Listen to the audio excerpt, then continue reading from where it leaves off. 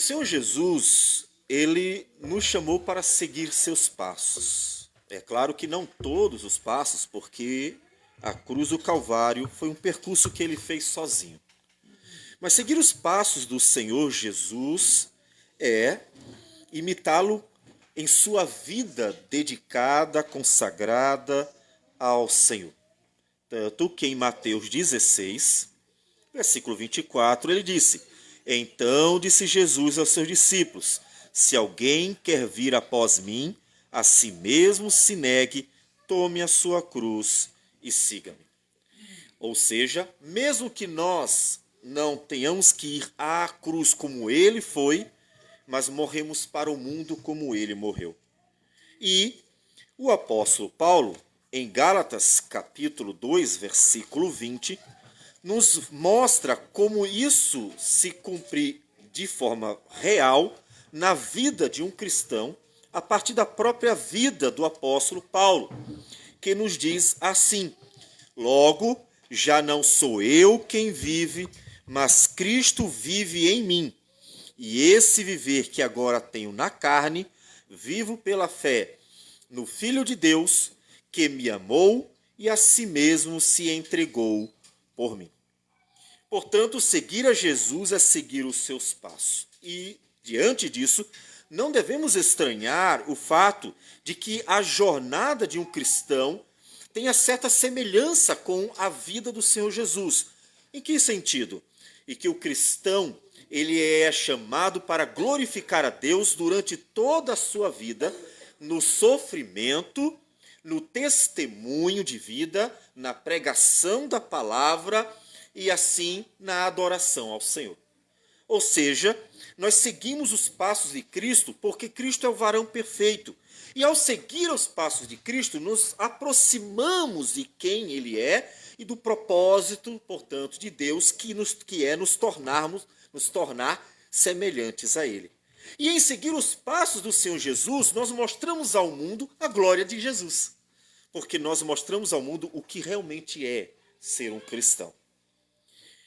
E nos dias passados, no livro do profeta Daniel, nós temos personagens que viveram muito antes de Cristo, que viveram aproximadamente 500 a 600 anos antes de Jesus. Então, como isso se cumpre na vida deles?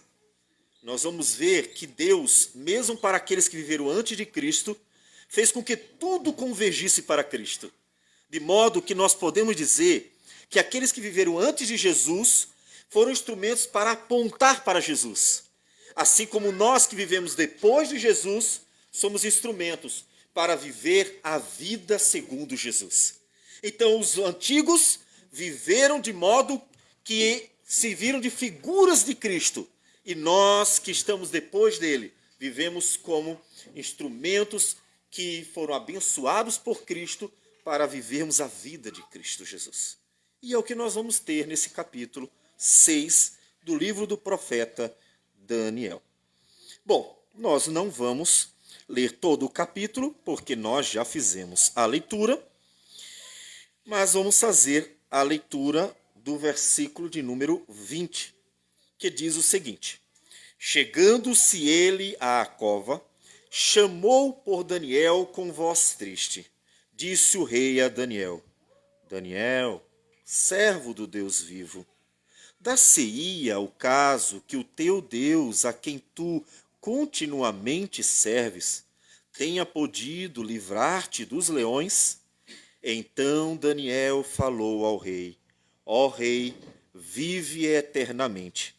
O meu Deus enviou o seu anjo e fechou a boca aos leões, para que não me fizessem dano, porque foi achada em mim inocência diante dele. Também contra ti, ó rei, não cometi delito algum. Senhor Deus amado, nós queremos agradecer, louvar e bendizer, porque o Senhor nos fez novas criaturas em Cristo Jesus. E queremos te bendizer, porque o Senhor tem nos pastoreado por meio da tua palavra todos os dias. porque o Senhor tem operado em nós pelo Espírito Santo e pela palavra todos os dias, para que hoje nós estejamos vivendo para Ti. Pedimos, portanto, que esta palavra possa falar nesta noite ao coração de Tua igreja, e então, pelo Espírito Santo, também ser aplicada à vida de cada um, para que então vivamos segundo Cristo, para a glória do Teu nome. É o que nós te pedimos, Senhor, em nome do Senhor Jesus. Amém, Senhor. Amém. Pois bem, não sei se vocês observaram, quando fizemos a leitura alternada do capítulo 6, que de certa forma ele é uma repetição de algo que vai acontecer, ou que aconteceu no capítulo 3. A ideia é muito similar. O que acontece? É que um homem de Deus é lançado em um juízo por parte de um homem por causa do Deus a quem serve. E Deus livra, porque nele não havia culpa alguma. A mesma coisa acontece no capítulo 3, quando Sadraque, Mesaque e Abednego são lançados na fornalha ardente e livrados por Deus, porque eles foram fiéis a Deus. Veja, interessante os homens condenaram eles, mas Deus os justificou. Da mesma forma, no capítulo 6, aqueles homens que entregam a Dario para que Daniel seja lançado na cova dos leões, eles condenam Daniel, mas Deus o justifica. E então livra dos leões, glorificando o seu nome. Bem, o que acontece? Agora, o reinado não é mais dos caldeus. Lembre-se que no capítulo 5, nós vimos como Deus falou a Belsazar, por meio da mão que escreveu na parede, e então, no final do capítulo 5, ele foi morto, e Dario, um medo, foi colocado, posto, né, se apoderou do reino, e então se tornou o rei de todo, o imperador de todo um grande império. O império agora é Medo-Persa. Só que Daniel, e provavelmente devemos entender, ainda que eles não apareçam, que os seus 3 amigos continuaram servindo ao reino. E o texto diz que nesse novo governo, o Dario, entendeu que deveria organizar algumas coisas, e o texto diz que ele colocou 120 sátrapas para que estivessem por todo o reino. O que era um sátrapa? Era um oficial. Olha, não era um governante, tá? Porque ele não era fixo numa província. Ele era um oficial, porque o propósito dele era estar sendo um instrumento do rei, numa relação entre as províncias e o rei. Ele era meio que um fiscal, um oficial do rei que deveria estar coordenando ou observando uma certa jurisdição, algumas províncias, e sempre comunicando ao rei como é que as coisas estavam. Então, nós podemos dizer que era alguém de confiança, né? Porque era alguém que deveria estar sempre cuidando do governo, né?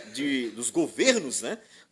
Das províncias, como oficial fiscalizador, para que tudo funcionasse bem.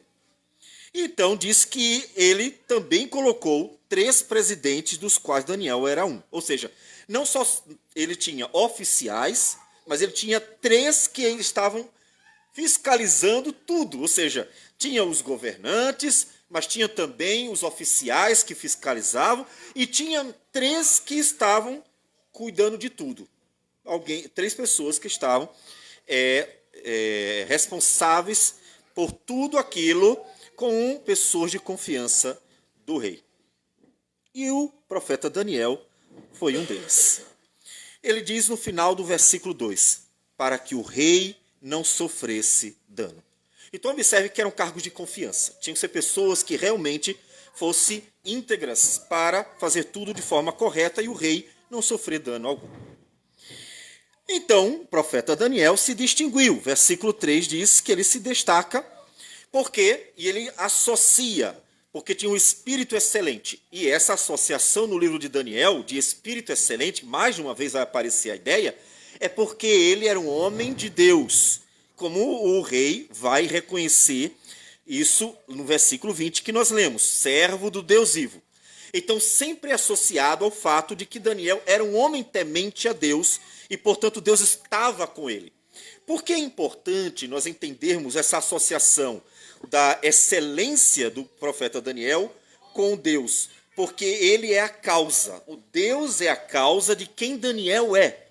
Deus é glorificado porque é na relação com Deus que o profeta Daniel se destaca. É fundamental isso, porque é assim que a gente vê que Deus é a causa de tudo que nós fazemos de bom.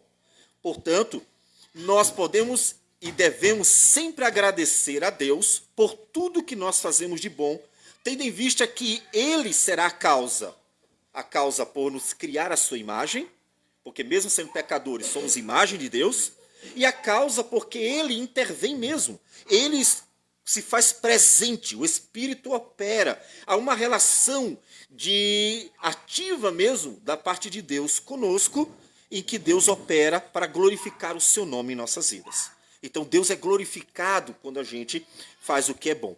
E nisso eu já posso trazer uma aplicação. Se você, tudo que faz e que termina sendo coisas boas, você acha que isso tudo vem de você, você alimenta o seu ego, o seu orgulho, então o que é que você vai fazer? Naturalmente, você vai associar tudo que é bom apenas aos seus esforços. E quem será glorificado será você. E isso não vai glorificar a Deus, só que isso se torna uma mentira. Eu já disse isso em outros momentos, mas eu vou repetir. Imagine você indo no museu. E você vai no museu e tem uma pintura lindíssima. E, naquele momento, alguém chega e pergunta quem é o pintor. Não tem um nome embaixo. Quem é o pintor? E você, para tentar dar uma de espertalhão, diz assim, não me reconhece? Não fui eu quem pintei. Foi. E começa a tapear. Aquela pessoa vai elogiar e vai elogiar você. Foi gostoso ter aproveitado aquele momento de exaltação diante de uma farsa?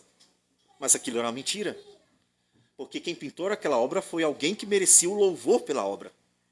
Portanto, todas as vezes que você louva a si mesmo pelo orgulho, por causa de algo de bom que você faz, sem atribuir a Deus mérito algum, sem reconhecer nada. Puxa, mas foi Deus quem te fez, foi Deus quem te deu dons, foi Deus que deu capacidade, foi Deus que deu recursos, foi Deus que te deu tudo que você tem, você não vai reconhecer nadinha dele. Então você está sendo não só ingrato, mas você está vivendo uma farsa. Porque se Deus em algum momento, só um momento, disser, tudo depende de você, não é você que é o autor de tudo, você não é autossuficiente, você não está dizendo que todas as coisas boas vêm de suas mãos apenas, então Deus pode dizer assim, então eu vou tirar tudo e deixar você por conta própria. Agora vamos ver se você faz tudo isso mesmo. Percebem? Então, é importante que tudo reconheça que Deus é a causa, porque Ele é a causa. Essa é a verdade. Você faz coisas boas porque é a imagem de Deus. Você vive coisas maravilhosas porque Deus é bom com você. Então reconheça que Deus tem sido bondoso com você. Então nós sempre devemos reconhecer todas as maravilhas de Deus na nossa vida. Não só o que Ele dá, mas o que Ele opera em nós. E vocês querem ver isso? 1 Tessalonicenses, capítulo 5, versículo 18. Um texto conhecidíssimo e que ele nos fala sobre isso. Quando ele diz, em tudo dai graças, porque esta é a vontade de Deus em Cristo Jesus para convosco. Por que o apóstolo Paulo diria, vocês têm que dar graças a Deus por tudo? Uma pessoa poderia perguntar, mas a gente não agradece quando alguém faz alguma coisa? Você ensinou o seu filho a agradecer? Você já ensinou o seu filho a agradecer? Chega uma pessoa e dá uma bala para seu filho, ou um brinquedinho para seu filho. Você ensinou a agradecer? Dizer obrigado. Você não ensinou? Então seu filho aprendeu que deve agradecer quando recebe algo de alguém. Concorda comigo? Então o apóstolo Paulo, quando diz em tudo dai graças a Deus, então é porque tudo vem de Deus. Portanto, devemos estar sempre dando graças a Deus como quem reconhece que Deus tem nos abençoado não só com o que temos, mas também com o que somos. Ou seja, tudo que bom que nós conseguimos fazer pela graça do nosso Senhor. Então, o profeta Daniel se destacou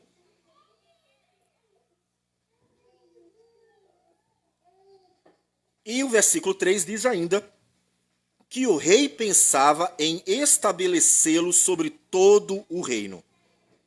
Veja que 120 sátrapas, certo? 3 presidentes e agora ia ter o quê? Um que era o oficial de todos. Um que se destacaria. Só que observe quem seria esse um. Versículo de número 4. Então os presidentes e sátrapas procuravam a ocasião para acusar a Daniel a respeito do reino, mas não puderam achá-la nem culpa alguma, porque ele era fiel e não se achava nele nenhum erro nem culpa. Disseram, pois, estes homens: nunca acharemos ocasião alguma para acusar a este Daniel, se não a procurarmos contra ele na lei do seu Deus. Qual foi o problema para eles? Colocar um homem íntegro para governar, para quem quer fazer besteira, é um problemão. Percebe?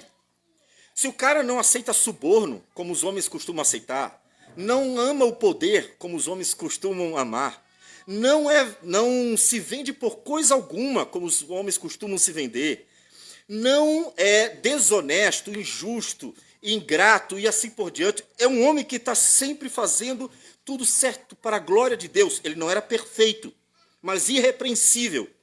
Então, se ele é assim, então isso é um problema para os outros 2 presidentes e para os 120 sátrapas.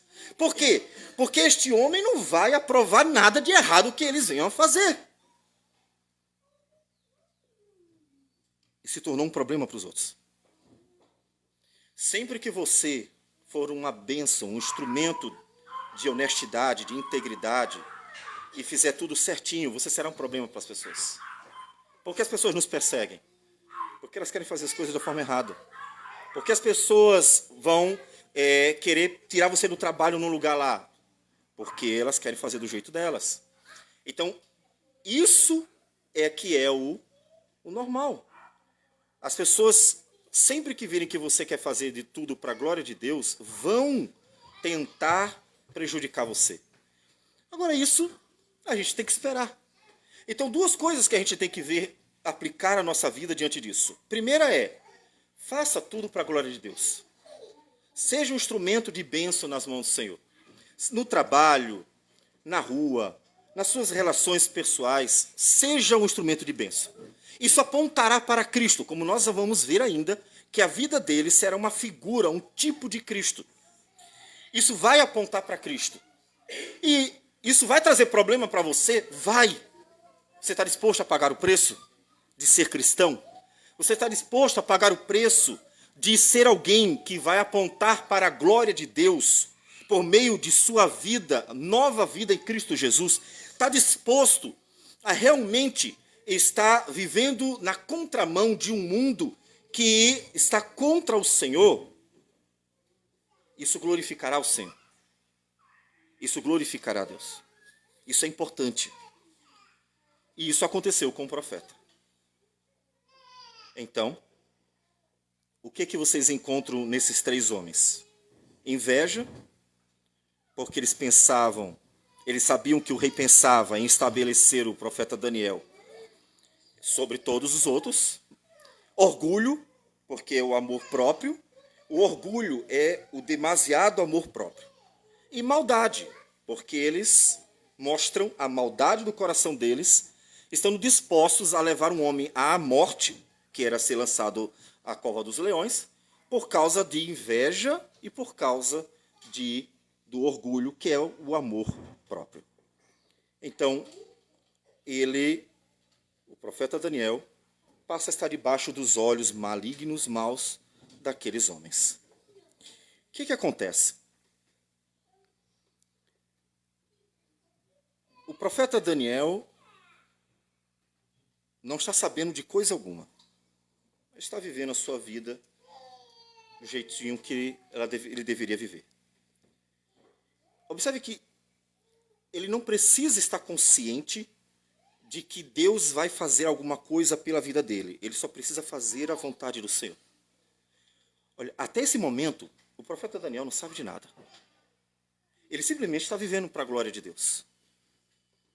Ele lá na frente é que vai descobrir, e hoje nós temos revelado a nossas mãos, exatamente aquilo que foi o propósito de Deus. Mas antes dele descobrir o que Deus queria fazer pela vida dele, tudo o que ele precisou era fazer a vontade do Senhor. Vocês perceberam? Você não precisa saber o que Deus quer fazer pela tua vida, você precisa fazer aquilo que Deus ensinou você a fazer.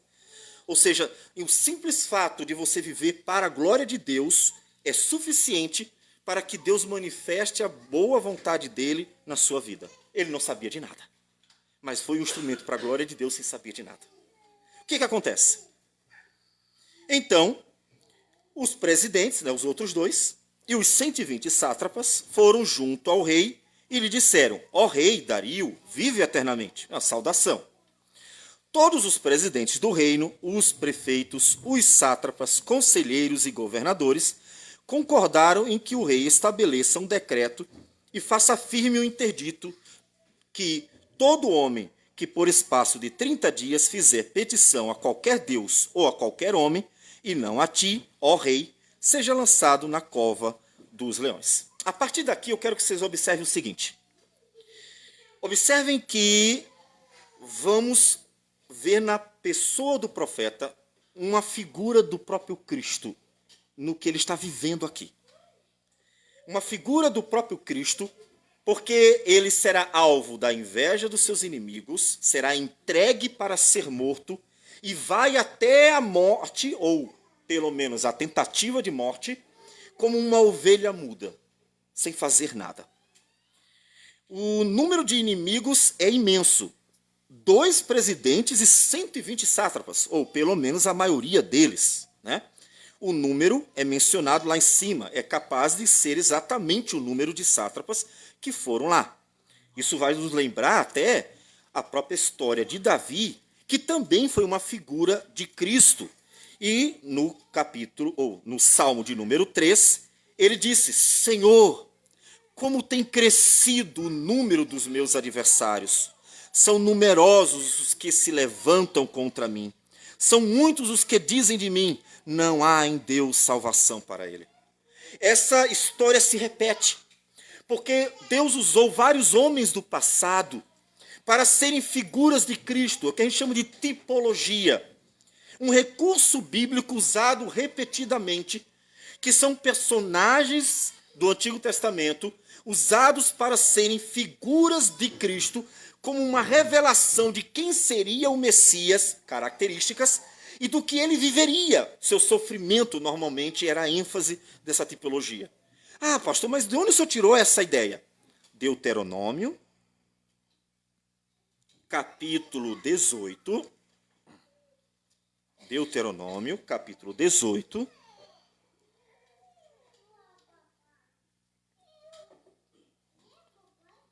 Versículo 15.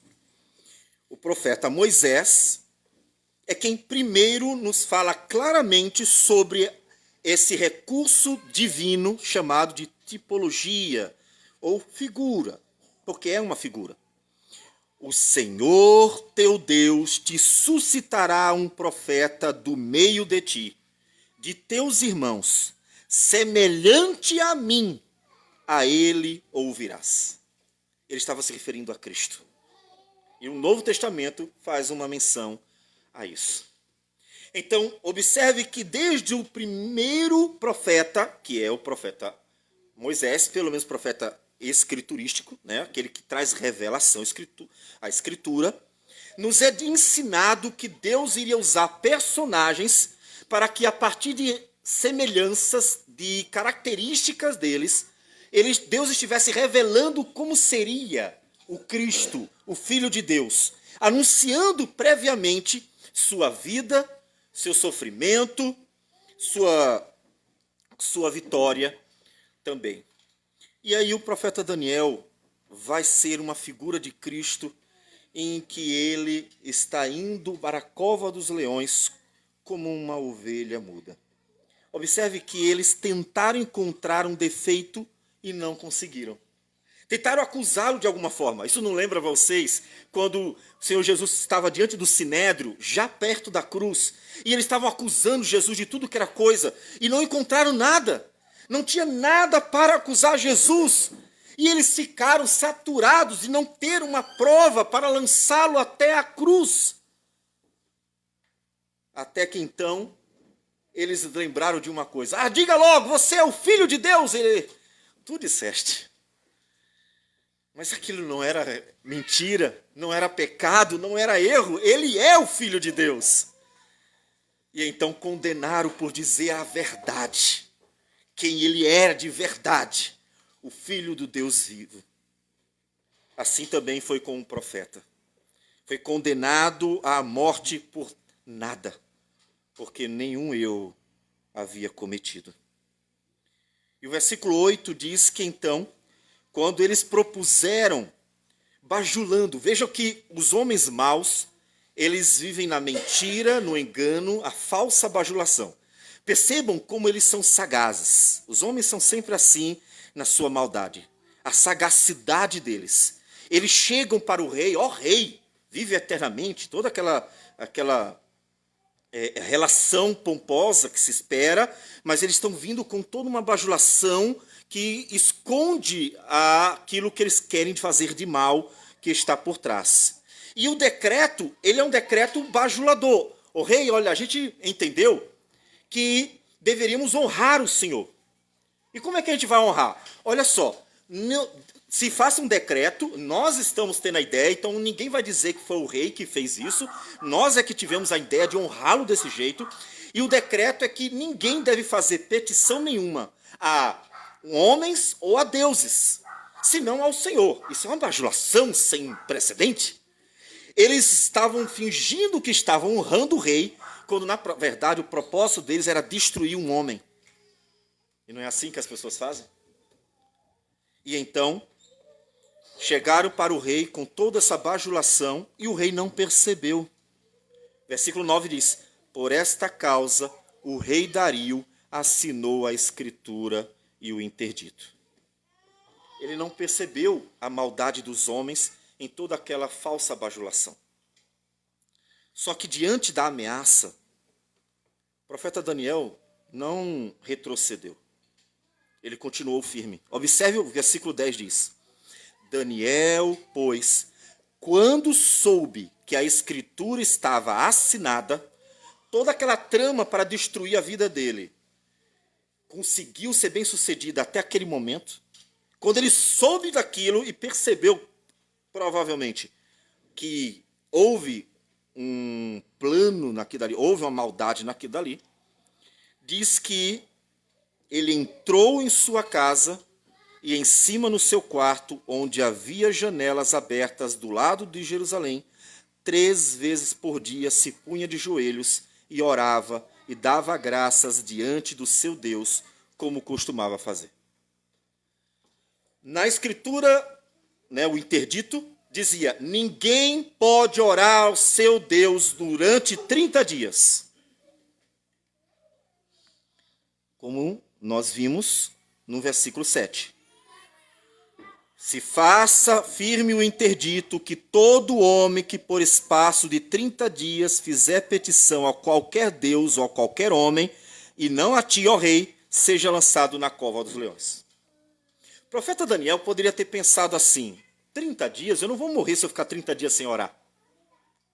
Aí eu quero que realmente, muito realmente, você pense profundamente consigo mesmo, sem interdito nenhum. Será que você não já fez isso? Ou mesmo está fazendo? O profeta Daniel poderia ter pensado: 30 dias sem orar a Deus, eu não vou morrer, não tem problema, Deus entende. Eu estou sendo ameaçado de morte porque aqueles homens invejosos e orgulhosos e maldosos querem me destruir a vida. Então, Senhor, entenda, 30 dias eu estarei sem falar contigo, porque aquele interdito está me impedindo de orar ao Senhor. Mas hoje, sem interdito nenhum, Quantos cristãos não oram não só por 30 dias, mas quem sabe até um ano sem falar com Deus, sem abrir a palavra do Senhor, sem ter nenhum tipo de sede de estar na presença do Deus Criador, Redentor, que graciosamente não só nos fez, mas nos redimiu. O que acontece é que o profeta Daniel não pensou que 30 dias seriam poucos dias, passariam muito rapidamente, e que, portanto, ele não precisava se preocupar, porque ele então conseguiria vencer os 30 dias.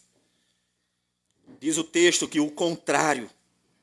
Exatamente quando soube que a escritura estava assinada, ele já foi lá para o seu lugar, entrou em casa, subiu ao seu quarto e foi orar ao Senhor, quebrando o interdito.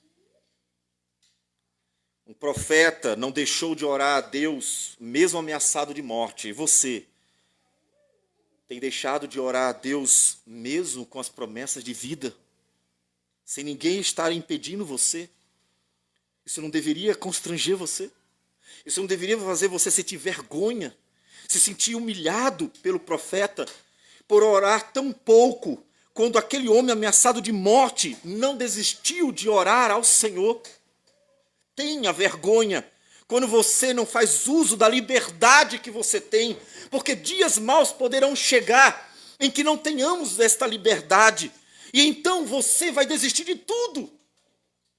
Não faça isso. O Senhor tem sido bom conosco. Aproveite essa bondade de Deus para conosco. Aproveite. Ele foi orar. Observe que aí já existe uma aplicação para todos os cristãos e todas as nações que é muito importante. Sempre que as leis dos homens são contrárias à lei de Deus, elas devem ser quebradas. Sem pensar duas vezes. O profeta Daniel não pensou duas vezes. Orar a Deus é uma ordem divina. Portanto, quando alguém faz uma lei dizendo não pode orar a Deus, Daniel quebra. Porque sempre estará a lei de Deus acima de todas as leis, e não importa quem as faça. Podem ser nações, podem ser instituições, até eclesiásticas, qualquer um. Sempre que as leis dos homens são contrárias às leis de Deus, devem ser quebradas. Porque a lei de Deus está acima de todas. Isso deve fazer a igreja não ter dúvidas de como deve agir diante das leis estranhas que estão surgindo em nosso país. Hoje nós estamos vendo um país que cada vez está mais próximo de uma desgraça moral completa. Já é um país cheio de problemas morais, mas estamos indo para o fundo do poço. Então, o que a igreja faz? A igreja tem que estar pronta para isso. O que a igreja faz quando leis que vão contra a palavra de Deus surgem?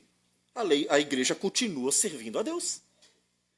Porque sempre que as leis dos homens são contrárias à lei de Deus, a igreja deve quebrar as leis dos homens, por amor ao seu Deus, mesmo que isso lhe custe a vida, como foi o caso do profeta Daniel. Estava em jogo a sua vida, mas no mesmo momento em que ele ouviu que proibiram ele de orar, ele foi para o seu quarto orar, porque ele não poderia deixar de falar com Deus. Um homem que realmente estava andando com o Senhor. E então foi dar graças a Deus e orar, como costumava fazer. Bom, obviamente aconteceu o que eles queriam, né? Em algum momento desses 30 dias, não se diz qual foi o dia, aqueles homens foram juntos e, tendo achado a Daniel a orar e a suplicar diante do seu Deus, se apresentaram ao rei e disseram ao rei o que estava acontecendo. Observe que eles foram em grupo, porque seriam várias testemunhas contra ele, e disseram diante do rei: ó rei, o senhor não disse que era proibido orar e quem estivesse orando ao seu Deus deveria ser jogado na cova dos leões? Aí, acabamos de encontrar Daniel orando, e ele Tá? Nem liga para o Senhor, faz pouco caso do Senhor. Veja que o que eles estão fazendo por inveja, orgulho e maldade. Jogar o rei contra o profeta contra o rei. Eles estão tentando criar um problema. É claro que eles querem algo pior ainda, né? Que eles querem a morte do profeta. Então, eles jogam, né, o rei contra o profeta contra o rei. E dizem, olha, ele nem faz caso do Senhor, ele nem liga. É claro que o rei, em algum momento, chama o profeta Daniel, e antes de lançar a cova dos leões, ele pergunta, o senhor estava orando mesmo? Ele não ia mentir. E com certeza o profeta ia dizer, sim, eu estava orando. Então não tinha como desfazer. Não tinha como desfazer, porque só se ele mentisse, e ele não iria fazer isso. E o rei ficou realmente com pesar, por causa do que aconteceu. Mas vocês que já acompanharam toda a leitura, quando lemos juntos, fizemos a leitura alternada juntos, vocês viram que o profeta Daniel não falou nada. Viram que o profeta Daniel não falou nada? Observe que o percurso dele é, por inveja dos seus inimigos, ele é entregue à morte, mas ele vai até ela silencioso. Você não encontrou o profeta Daniel murmurando, reclamando, esbravejando, nada. Ele não fala nada. Ele vai calado como uma ovelha muda. Isaías 53, falando de Cristo, diz: ele foi oprimido e humilhado, mas não abriu a boca.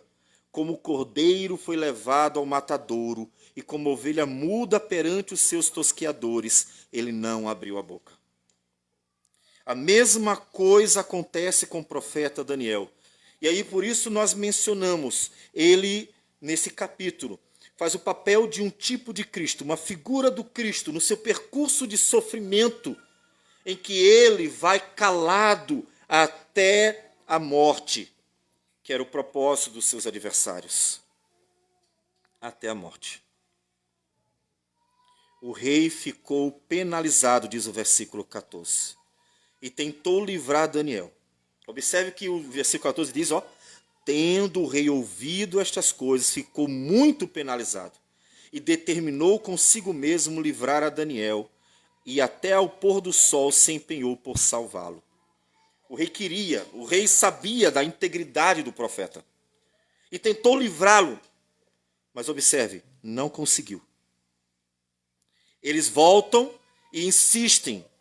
Sabe, ó rei, que é lei dos medos e dos persas que nenhum interdito ou decreto que o rei sancione se pode mudar. Rei, não adianta.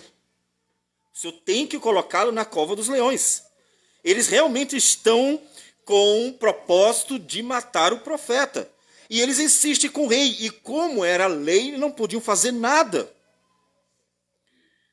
O rei ordena que traga Daniel e lancem na cova dos leões. Observem, não há uma só palavra do profeta. Minha gente, aqui nós podemos ver duas aplicações, uma sobre Cristo e a outra que em Cristo se aplica a nós. Sobre Cristo nós já temos falado. O profeta nos mostra como seria o Cordeiro de Deus que tira o pecado do mundo. Jesus Cristo aceitou a vontade do Pai e foi até a cruz do Calvário para pagar pelos pecados que ele não cometeu. E foi silenciosamente, como uma ovelha muda, aceitando todo o juízo divino por amor aos pecadores. Porque Romanos capítulo 5, versículo 8, nos diz que Deus prova o seu próprio amor para conosco, pelo fato de ter Cristo morrido por nós, sendo nós ainda pecadores. Ele simplesmente fez a vontade do Senhor. Isso mostra a confiança na vontade do Pai. Isso mostra a submissão à vontade do Pai. Isso mostra, portanto, obediência à vontade do Pai. Então, Cristo Jesus mostrou-se o perfeito homem. Percebem? Foi assim que Cristo foi à cruz. exatamente como o profeta Daniel viveu antes e nos mostrou com a sua própria vida. Mas em Cristo, nós somos também exortados a imitá-lo. Você já se perguntou alguma vez como Deus quer que você sofra nas lutas da vida? Como você quer que você sofra a perseguição dos homens, os maus tratos do mundo, as lutas e tribulações da vida? Como é que Deus quer que você sofra? Essa é uma pergunta importante. Sofrer, todo mundo vai sofrer. No mundo é impossível viver sem alguma espécie de sofrimento, ainda que haja pessoas que vivam uma vida que o salmista, no Salmo 73, diz assim: parece que eles não são homens, parece que nada toca eles, mas o fim deles é o juízo eterno, porque são malignos. Por isso que o mundo não toca, não mexe com eles, não lhes faz mal, porque eles já são do mundo. Mas o sofrimento, ele faz parte da vida do homem e principalmente do cristão. A pergunta que você tem que fazer é a seguinte: como Deus quer que eu sofra? Você já se perguntou ou perguntou para Deus isso? Deus, eu percebi que a minha vida era cheia de lutas e sofrimentos. Uma vez Diego disse, né? Estou levando pancada de tudo que é lado, né? Sim, não é o único. Mas você já perguntou para Deus, Deus, como o Senhor quer que eu sofra? Porque o sofrimento não vem de você. Ninguém aqui, acredito eu, seja masoquista. Tem algum masoquista aqui? Não. O cristão não é masoquista. O cristão, ele não simplesmente vai até o sofrimento. Eu gosto de sofrer, eu gosto de sofrer. E aí fica botando o dedo no fogo, né? Ninguém faz isso. Ou pelo menos não se espera que ninguém faça isso. Então, tendo em vista que o sofrimento não é controlado, ele vem. O sofrimento vem. O que nós temos que perguntar para Deus é como Deus quer que eu sofra. E aí você tem nas pessoas do Antigo Testamento que apontam para Jesus e, obviamente, em Jesus, que é o varão perfeito e de quem nós, né, a partir de quem nós temos o modelo, como devemos sofrer. O profeta vai até a cova dos leões, calado. O homem não fez nada de errado, estava sendo perseguido pelos sátrapas e os outros dois presidentes por inveja e orgulho e maldade. Mesmo assim, não refutou, não se vingou, não tentou prejudicá-lo, simplesmente seguiu o seu caminho e foi até a cova dos leões. Simplesmente foi até a cova dos leões. Como Deus quer que você sofra? Como Cristo sofreu. Você não é um Cristo. Você não vai morrer por alguém. Mas você é um discípulo de Cristo. E deve aprender com Cristo a viver também. Então, como Deus quer que você viva e principalmente sofra? Como Cristo. E como Cristo sofreu? Sofreu confiando no Pai, que o Pai estava no controle de tudo. E que, portanto, mesmo pelo sofrimento, o Pai estaria fazendo a sua vontade.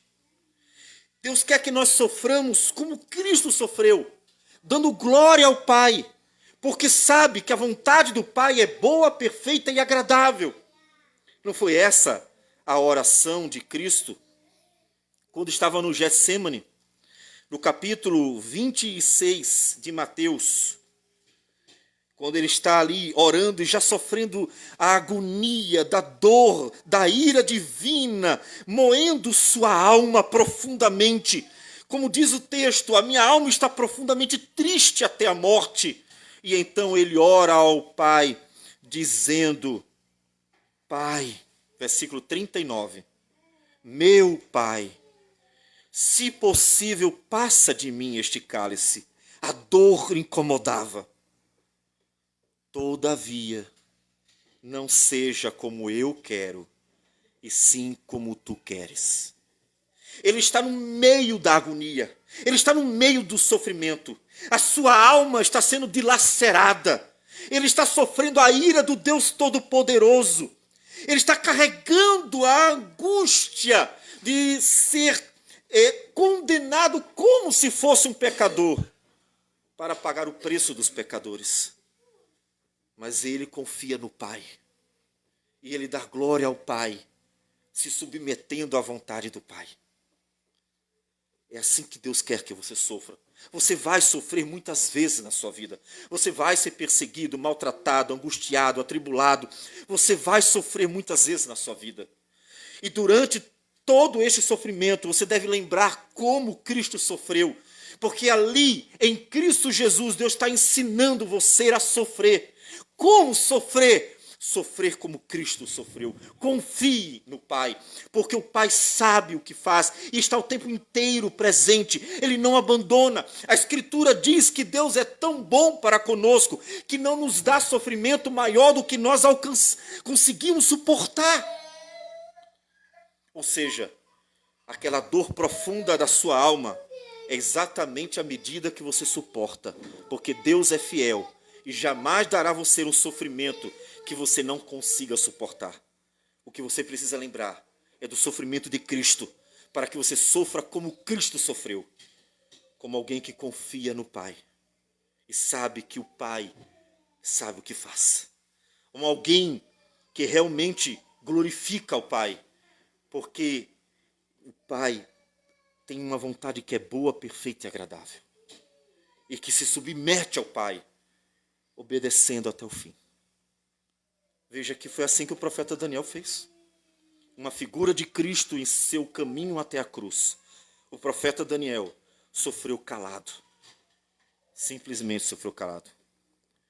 Quem fala é o rei. Versículo 16. O rei manda trazer o profeta Daniel para levá-lo, lançar à cova dos leões. Mas veja o que o rei diz. O teu Deus, a quem tu continuamente serves, que ele te livre. Não é o profeta quem diz, é o rei. É o rei quem diz. E o rei fala pelo testemunho que ele recebeu. O testemunho que ele recebeu do profeta Daniel foi que Deus estava sendo servido continuamente pelo profeta. Observe, o profeta deixou um testemunho. As pessoas do seu trabalho têm esse testemunho que você serve continuamente a Deus. Observe que aqui o profeta não é um pastor. Para que você diga assim, mas o pastor está sempre servindo a Deus porque é pastor. Não. Nada disso. Aqui ele é o profeta, mas ele é um oficial do rei. Ele é um oficial do rei. Ele estava cuidando de coisas do império. Um homem atarefado. Um homem cheio de responsabilidades. Imagine se ser um oficial do rei já significava estar sempre fiscalizando um grupo de províncias para ver se tudo estava sendo administrado fielmente. Imagine agora ser um dos presidentes que tinha a responsabilidade sobre um grupo maior. Os três juntos deveriam cobrir todo o império, e o império era muito grande, maior do que uma nação. O império, eles tinham que cuidar de todo o império, talvez dividido em 3 partes, e cada um com uma parte para supervisionar como um oficial do rei. E o profeta Daniel era responsável por uma parte. E ele servia a Deus continuamente. Era um homem atarefado, mas era um homem que orava 3 vezes ao dia. Lembra? Versículo 10. Finalzinho. 3 vezes por dia se punha de joelhos e orava e dava graças diante do seu Deus, como costumava fazer. Versículo 10. Um homem cheio de responsabilidades, mas orava 3 vezes ao dia ao Senhor. E a sua conduta era de um testemunho tão grande de que ele era um servo de Deus, que o rei expôs esse testemunho. O teu Deus, a quem tu continuamente serves, que ele te livre. Esse foi o testemunho. Se o profeta Daniel tivesse morrido naquele dia, já teria cumprido seu papel como testemunha de Deus. Viva como se você fosse morrer naquele dia. Já pensou isso? Viva como se fosse morrer ou viver o último dia. Viva cada dia como se fosse o último, porque se você está preocupado em ser um instrumento para a glória de Deus, se você sabe que aquele dia possa ser o seu último dia, você viverá aquele dia intensamente para a glória de Deus. Você não deixará para glorificar a Deus no dia seguinte, você glorificará a Deus naquele dia. Você não deixará para dar testemunho da glória de Deus, da graça de Deus, do amor de Deus, da santidade de Deus, e assim das virtudes, dos atributos de Deus, da salvação em Cristo Jesus amanhã, porque amanhã pode não existir para você. Então você fará hoje. Se você viver como se cada dia fosse o último, você glorificará a Deus naquele dia, porque pode ser o último. Se o profeta Daniel tivesse morrido naquele dia, ele teria glorificado a Deus, porque o próprio rei de todo um império testemunhou o testemunho de Daniel. O teu Deus, a quem tu continuamente serves, que ele te livre. Ele deixou o testemunho da glória de Deus, mas Deus ainda faria mais. Conforme a armação daqueles homens invejosos, maus e orgulhosos, o profeta foi lançado à cova dos leões. O rei estava tão comovido, tão perturbado com isso, que passou a noite em jejum. Olha o impacto do testemunho do homem. Aquele homem pagão, o imperador, passou a noite jejuando. Porque ele estava angustiado em ver um homem em quem ele confiava, porque sabia que era um homem de Deus, um homem que realmente dá um testemunho da integridade que ele aprendera com seu Deus. Passou a noite jejuando. Olha o impacto do testemunho. Você não sabe o testemunho que sua vida, o impacto do testemunho de sua vida sobre as pessoas ao seu redor. Você não faz ideia de como as pessoas podem ser profundamente impactadas pela sua vida. No trabalho, na vizinhança, em todos os lugares. Apenas vá vivendo. Afinal das contas, você não vai sair perguntando, olha, você está sendo impactado pelo meu testemunho? E você está sendo impactado? Você não vai ficar perguntando para as pessoas isso. Deixa esse universo popstar gospel para lá. Você simplesmente vai vivendo o testemunho da glória de Deus. O que vem de resultado disso, deixe com o Senhor.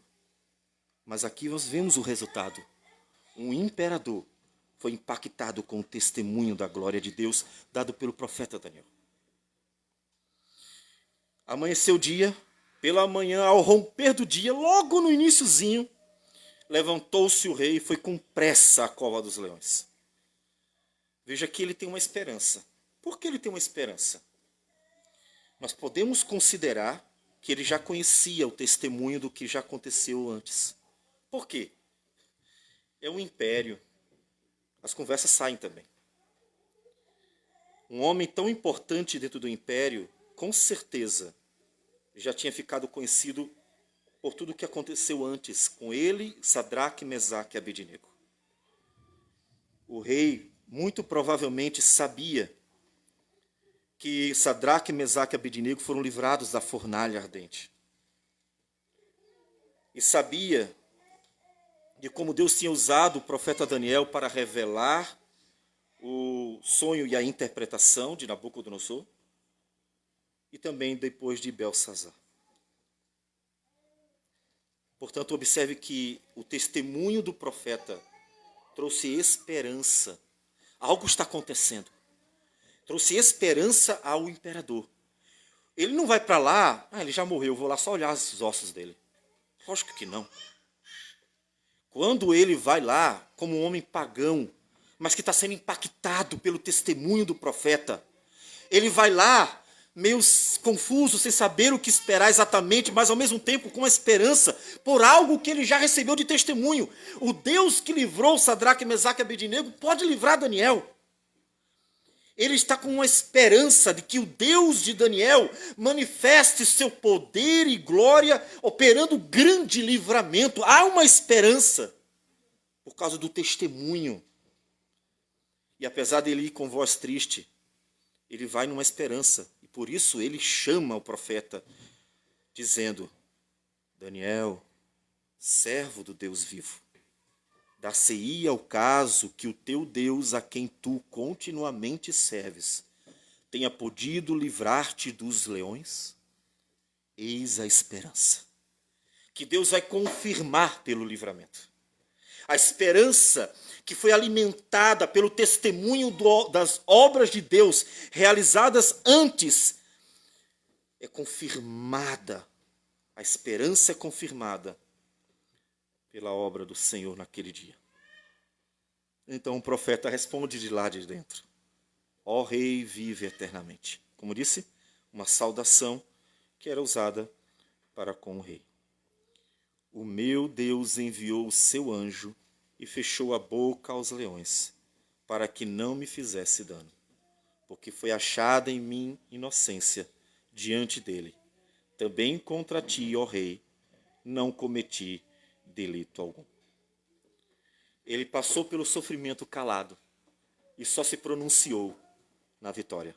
Percebe? Como Jesus. Jesus foi como uma ovelha muda perante os seus tosqueadores, foi até a cruz e não falou nada. Mas na sua ressurreição, então ele proclama a glória da vitória sobre a morte, porque ele ressuscitou. Ele fala depois que Deus mesmo livra, como se ele tivesse ressuscitado. Percebe, portanto, que o profeta Daniel, nesse seu momento, ele é uma figura do próprio Cristo, que vai até a morte calado, entregue pelos inimigos que invejavam ele, mas sai vitorioso como quem ressuscitou, porque foi entregue à morte, e então proclama a glória de Deus e a vitória sobre os seus inimigos. É uma figura de Cristo.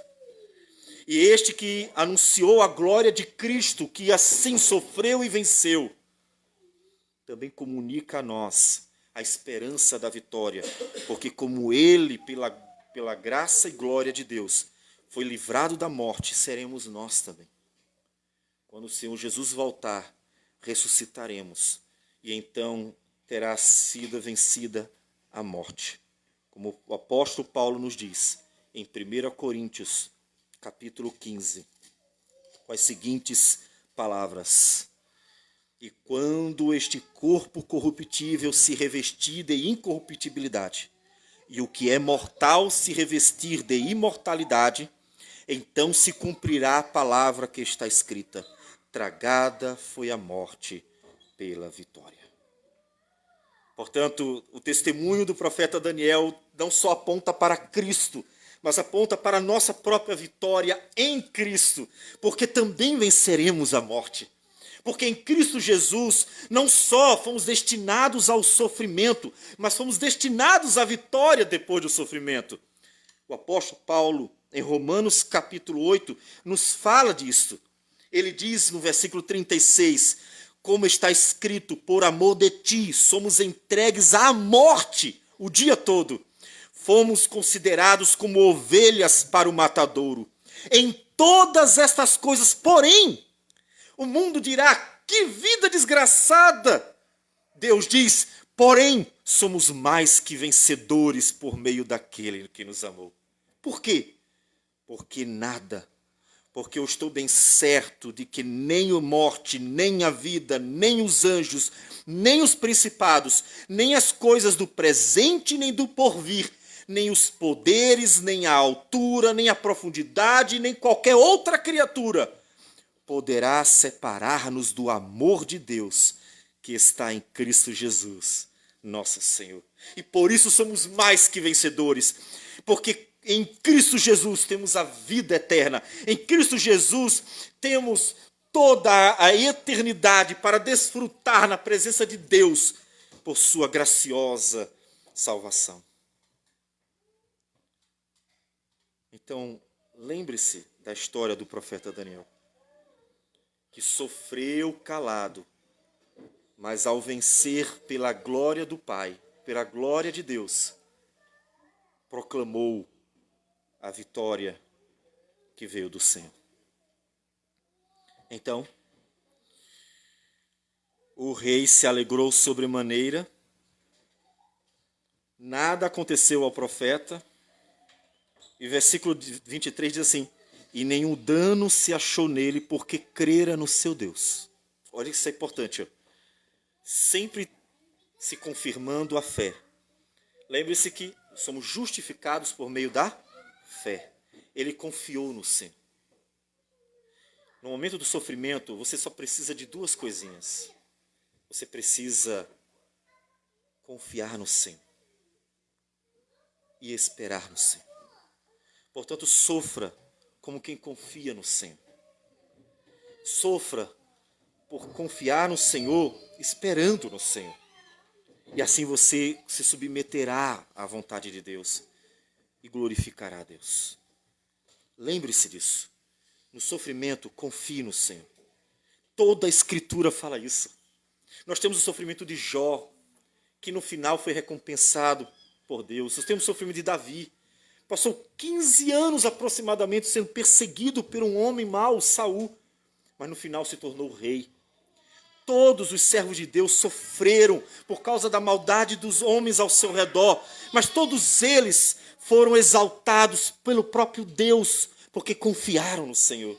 Então sofra confiando no Senhor, porque Deus é fiel. E então sofra como uma ovelha muda, sabendo que Deus cumprirá a sua vontade, que é boa, perfeita e agradável em nossas vidas.